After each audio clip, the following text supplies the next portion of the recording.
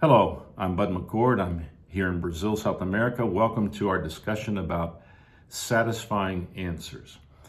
We've been walking through different subjects, trying to get answers that calm our inner life. I'm convinced that when Jesus told us to come and learn of him, and he would give us rest for our souls, he would take us to answers that satisfy. So one of the ways I like to try and disciple people is just to walk them through these questions. And the questions we're asking now are concerning the world in which we live and move and have our being.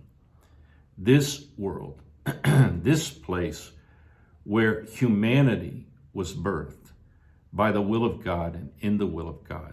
It was in this place that God decided, even though it was occupied by the devil himself and also demons, he chose this place called the world to manifest the very essence of his character, which is pure, continuous, competent love. So the question that we're asking today about this world is, what will remain permanently from this world? We live in a world that it seems that everything is so temporary. Every day seems so temporary.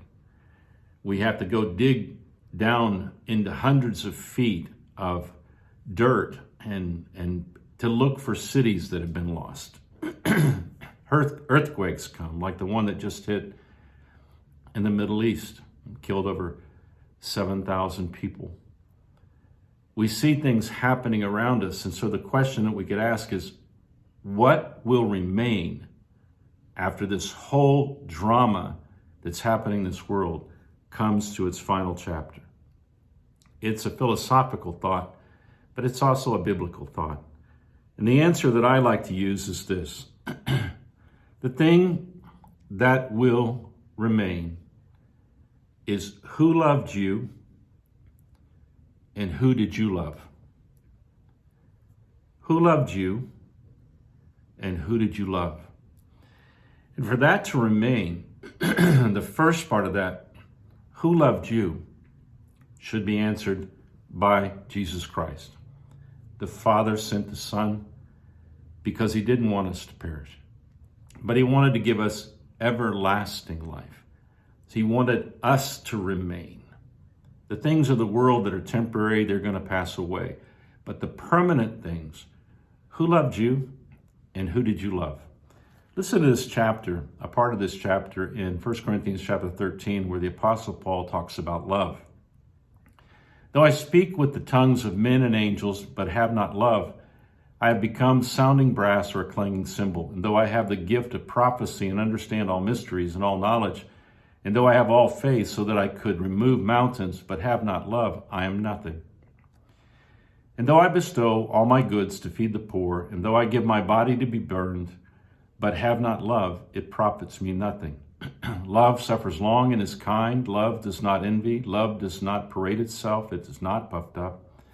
Does not behave rudely. Does not seek its own. It is not provoked. Thinks no evil. Does not rejoice in iniquity, but rejoices in the truth. Bears all things. Believes all things. Hopes all things. Endures all things. Love never fails. And then at the bottom of this chapter, it says this, and now abide faith, hope, and love, these three, but the greatest of these is love. And in chapter 14, verse 1, it says, pursue love. Love is what will remain at the end of the story of this world. Now, there is no indication in the scriptures and no indication in the words of Jesus that what he did at Calvary would have to be repeated again somewhere else in the universe. The demonstration of God's love begins at the very beginning of the story of creation. It begins because God is love, and love is the oldest and most permanent thing in the universe. And at the end of the day, love is what holds everything alive. And only love can maintain everything alive. That's why we're invited to have eternal life by believing in the Father and the Son who are that eternal life manifested as love for us. So the whole story of the planet in which we live is a story of who has been loving, who did they love, and then those who loved, what did they do with that love? What did they do with that love? It's such an interesting thought because if you want to make your life permanent, and love never fails, it means it never ends. Its story, once told, becomes a part of an eternal story. If you want your life to have meaning, then you must let yourself experience being loved. And that happens through letting Christ manifest himself to you, and you come to the Father through Jesus Christ. And you are experiencing what it means to have been loved. And someday, if you are seen in the creation at the end of time, let's say that we human beings have a part in telling this story to other creations later on in this universe. If Jesus is not going to repeat this, then we will be witnesses of what it was like to be loved on planet Earth. The story of what has taken place in this world, from creation until redemption and all the way to the back into the glory of God in the heavens. The whole story flows on the reality of love being here on this planet. Then it became flesh and dwelt among us. And then we were saved by that love. So if we think about this world and what will remain, it is the story of who loved us and who did we love. It will be upon that basis that we will be admitted into the continuing history of the universe. If we have not experienced the love of God, then we cannot claim entrance into that. And no one can come to the Father except by Jesus, because Jesus is the door through which we pass into the experience of being loved by God.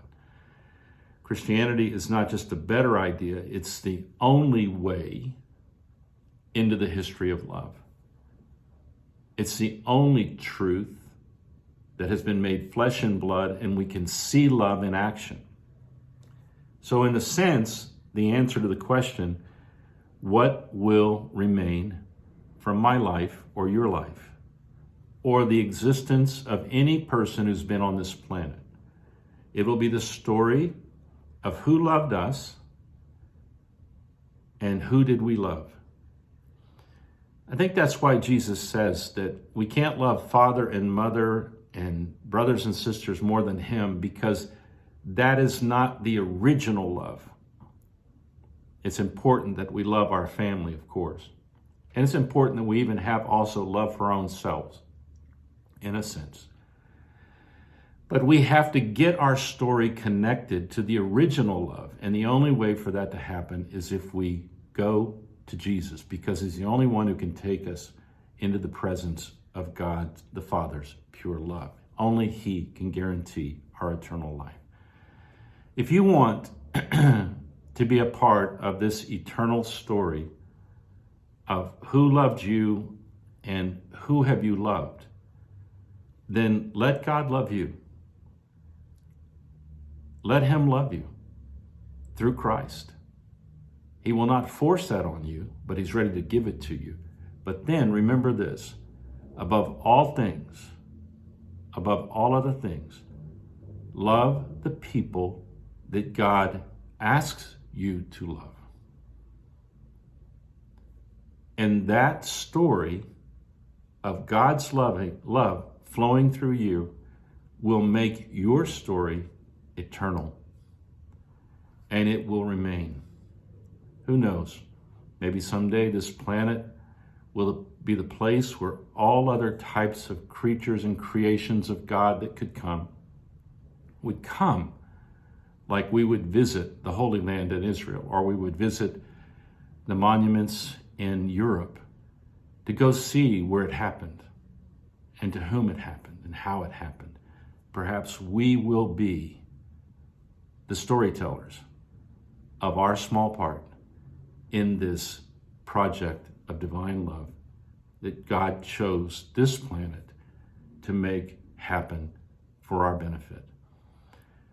We could speculate on that a long time, but one thing is for sure. If you want something about your life to last, be loved by God, and then take the love of God all the way out, even to your enemies, and it will still be a part of the eternal story. And you will not be forgotten. That story will never be forgotten. Hey, have a great day. Think on these things.